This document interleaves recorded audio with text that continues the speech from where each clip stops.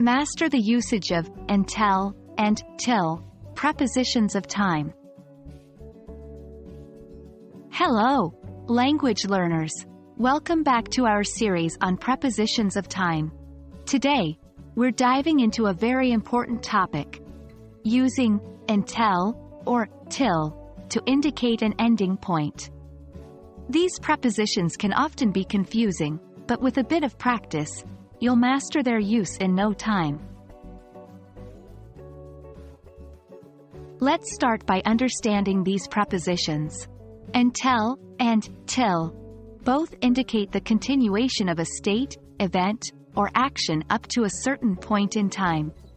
The key point here is that they highlight the end of something. It's important to note that till is not an abbreviation of until, despite common misconceptions. They both have similar meanings and are used almost interchangeably. Here are a couple of examples. I will wait until the rain stops. I will wait till the rain stops. In both sentences, the waiting continues up to the point when the rain stops. Even though until and till can be used interchangeably, there is a slight difference in formality.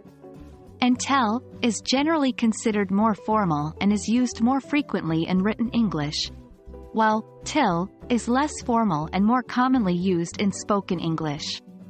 Examples: the shop doesn't open until 10 a.m. More formal, the shop doesn't open till 10 a.m. Less formal. Now, let's talk about till versus till. Sometimes, you might see till spelled as till. However, according to most style guides, till is the correct form. Till is considered incorrect by many language authorities, so it's best to stick with until or till when writing. Example: I can't leave work till 5 p.m.